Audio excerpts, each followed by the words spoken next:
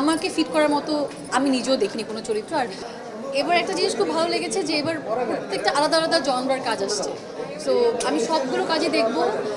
গত বছর কোরবানিতে আমার সিনেমার উৎসবের টিমের সিনেমা দেখব, দম দেখব, প্রিন্স দেখব, রাক্ষস দেখব, প্রেশার কুকার দেখব। আমি আর কোনটা মিস করেছি?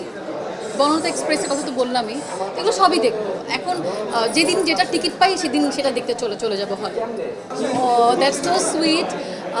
হ্যাঁ, মানে উৎসবের পরে তানিম ভাইয়া সিনেমা বানাচ্ছে বনলতা এক্সপ্রেস। অবশ্যই সেখানে আমাকে দেওয়ার মতো চরিত্র তার হয়তো ছিল না, কারণ আমি কিছুক্ষণ উপন্যাসটাও পড়েছি।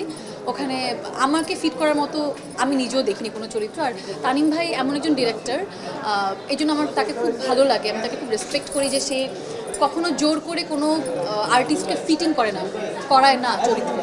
তো তার যেই চরিত্রের জন্য যেরকম আর্টিস্ট দরকার, সে পপুলার হোক আনপপুলার হোক যেমনই হোক না কেন, সে সেই আর্টিস্টকে বাছাই করে।